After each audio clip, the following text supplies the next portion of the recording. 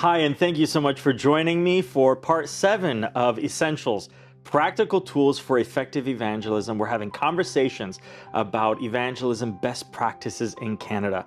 I'm here again with Pastor Bill Santos. Thank you so much for joining us. Thank you. We had a great time talking about the experience of evangelism. Everything from the parking lot to the sermon and everything in between. That experience is very crucial, very important. Today we're shifting gears a little bit to talk a little bit about the preaching, the sermon time of an evangelistic sermon, of an evangelistic series. And before we dive in, I want to invite you to take whatever you have that you can take notes with, a pen, paper, iPad. You have your notes? I have my notes. We're ready to go. Put my glasses on. We're going to dive into this topic. There's a lot to cover, Yeah. but you've done a lot of preaching. And I just want to hear from you, what are some of the things to keep in mind when it comes to preaching an evangelistic series?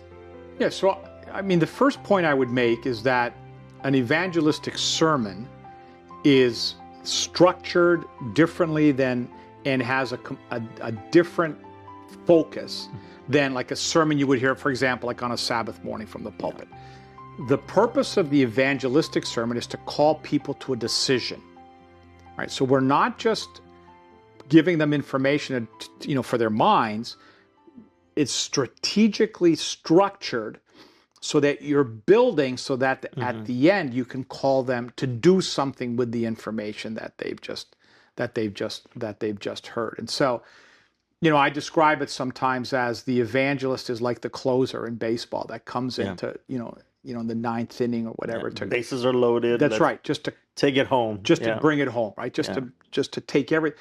And having said that, remember, everything that's happened, I know we're going to be talking specifically about appeals, right? Everything that's happened from 7 o'clock or whatever the time started, everything is building towards that call to a decision, right? So that's an important piece to remember. I like to allocate 45 to 50 minutes.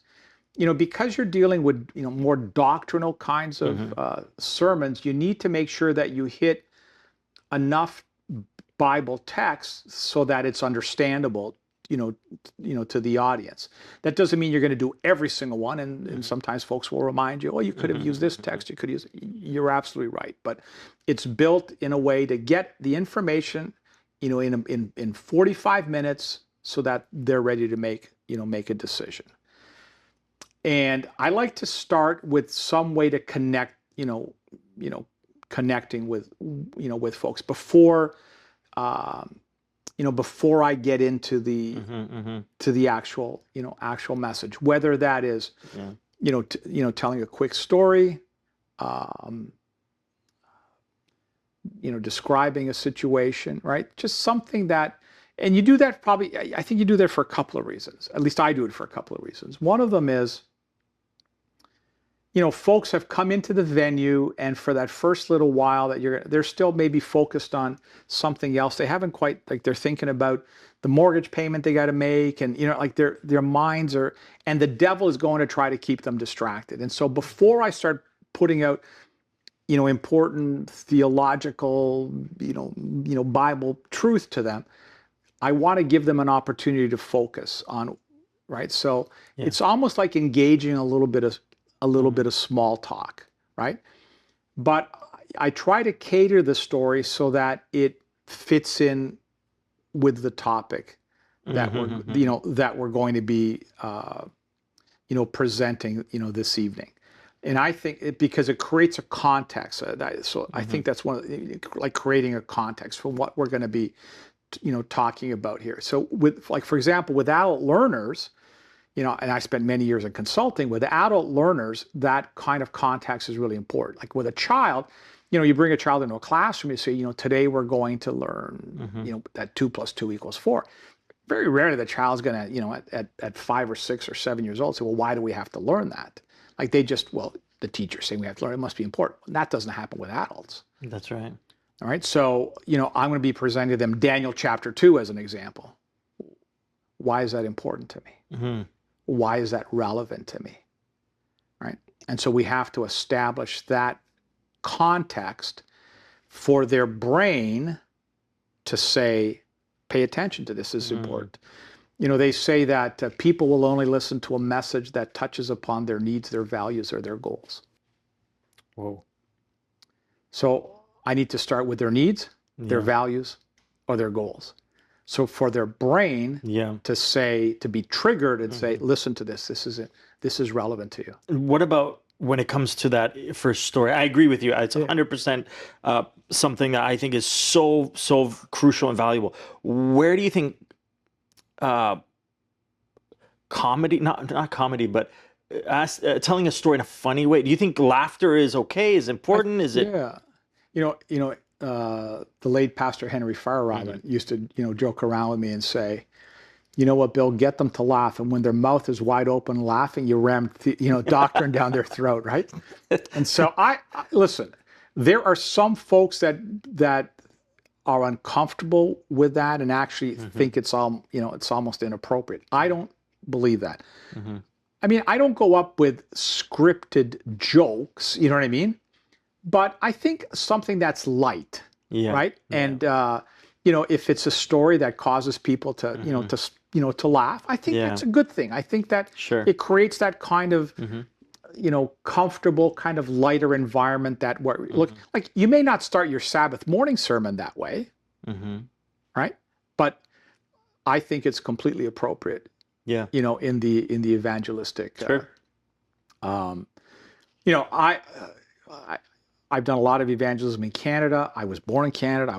I grew up in Kensington Market. I make reference to that a lot. My vocabulary is relatively simple. Sometimes when there's a big word, that I have to try to pronounce and I may have some difficulty with it, I remind folks, hey, remember, I grew up in Kensington Market. And folks, it's just part of the connection with the folks. You know what I mean? It's just that connection and that making it feel comfortable for them. Yeah. So some people may not know where Kensington Market is. Well, yeah. So Kensington Market is downtown Toronto, right? It's where the Portuguese immigrants first, settled when they came here to Canada. It's become a historical landmark in Toronto. It used to be referred to as the Jewish market, and then the Portuguese came in, and then as the Portuguese made their way out, the Vietnamese came in. And so it's just been a place where newcomers to Canada have sort of settled, but it was known as a working class, as a working class neighborhood, and that's where that's where I grew up. And that kind of shapes who we are. I may make reference to the fact that I'm a Toronto Maple Leafs fan, if I'm in Edmonton, because that's part of Canadiana.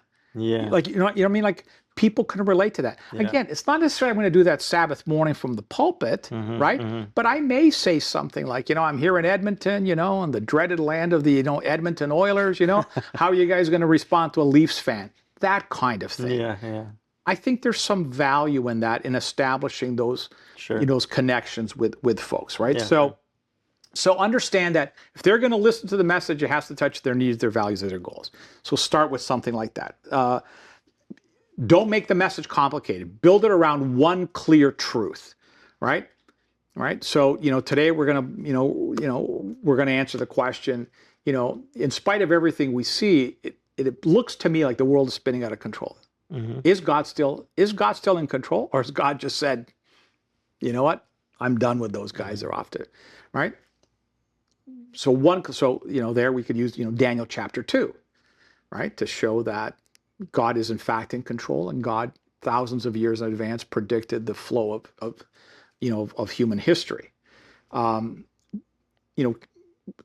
not complicate the message. This is not seminary, right? This is in a way that it's a message that is clear, that is hopeful, and that is spoken in a language that the audience will understand. Like, don't use jargon. Don't use Adventist jargon, right? Use language that folks will. Don't use acronyms, that folks don't know what those mean, right? They may make sense to us, right? But they may not make, sense to anybody else that's in the venue.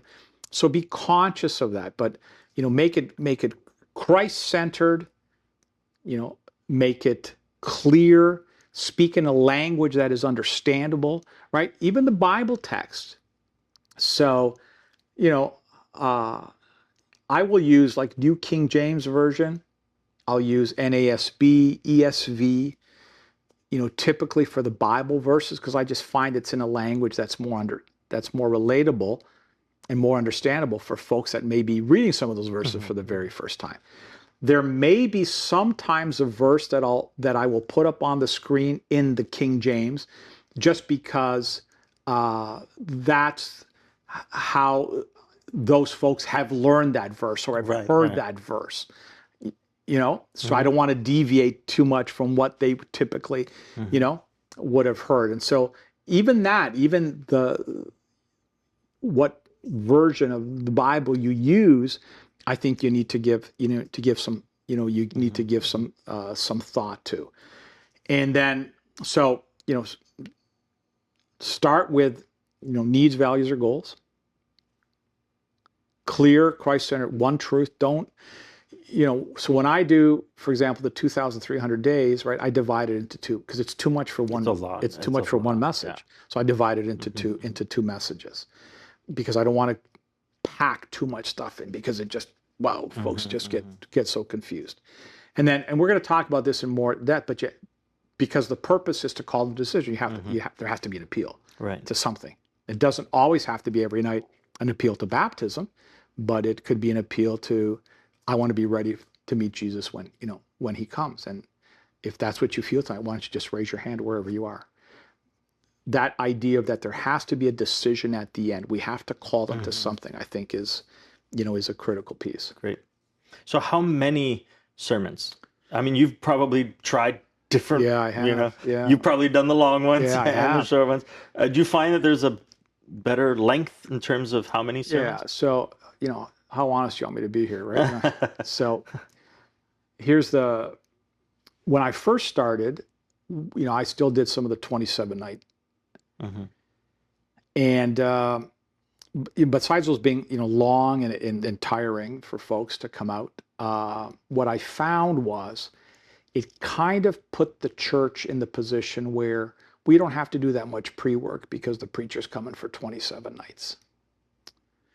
When you moved most recently over the last number of years, I've shortened that down to probably between 13 and 15 messages, like over 2 weeks.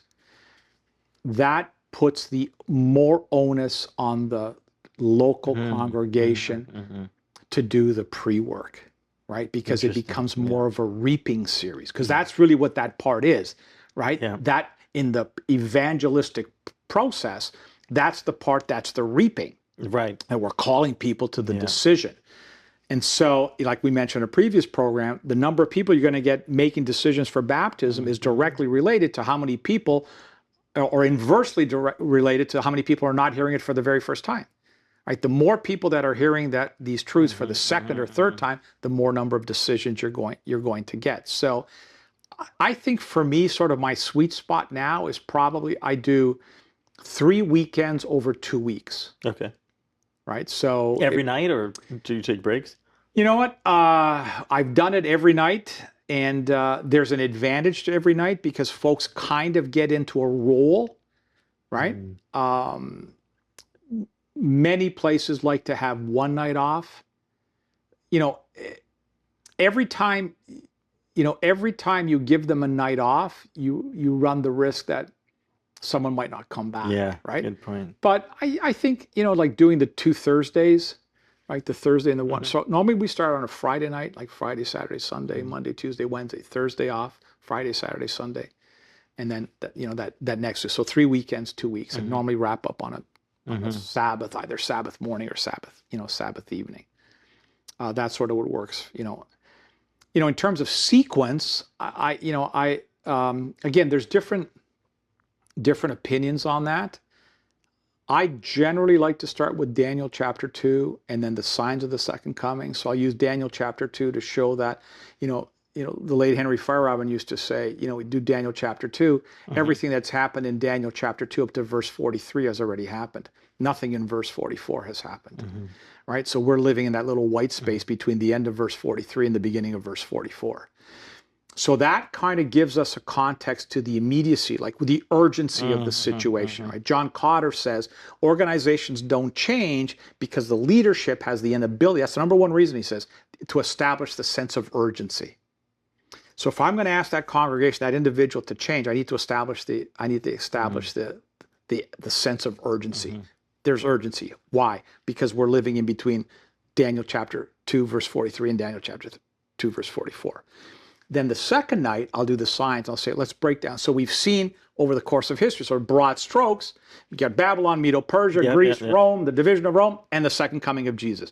Now, tomorrow night, when we come back, we're going to go a little bit more, right, into another prophecy, this time that Jesus gave us in Matthew chapter 24, where we can look more directly at the time frame, right? Are there specific things we can look for that'll tell? So I like to start, I feel very comfortable starting with those. I think it gives folks a nice, context. And then I will present the Sabbath truth, not the first Sabbath, but the middle Sabbath, right?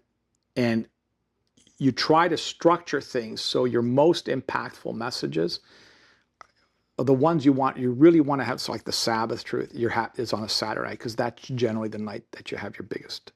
You're going to have your biggest crowd. Is that when you have the biggest? Yeah, typically. For the whole week? Okay. Yeah, typically Saturday night.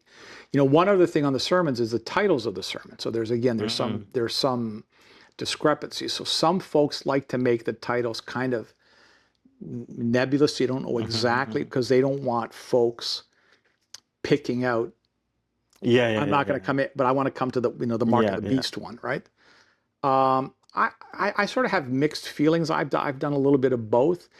I'm probably tending more to now being a little bit more direct in the titles. I know it probably runs the risk of folks handpicking, but okay, so they might only come to the mark of the beast one because they're interested in that, but at least they came to one. If the titles were kind of camouflaged, maybe they wouldn't have seen anyone that they would be interested in. And so. Thank you. We could talk about this topic. We went a long time. Yeah, that was a great stretch there. There's so much to talk about. Yeah. You have so much experience. So thank you for sharing with us at least a little bit about your experience. I know it has inspired me, and I hope that it has inspired you too. Thank you so much for joining us on this episode. The next episode, we're going to be talking about the topic of appeals. We talked a little bit about the sermons and preaching, but now we're going much more in depth into the actual part of the sermon where you're asking for decisions. What's the science behind that? Is there a method that works best? We're going to be talking to Pastor Bill about that. Thank you so much for joining us on this episode. We'll see you next time.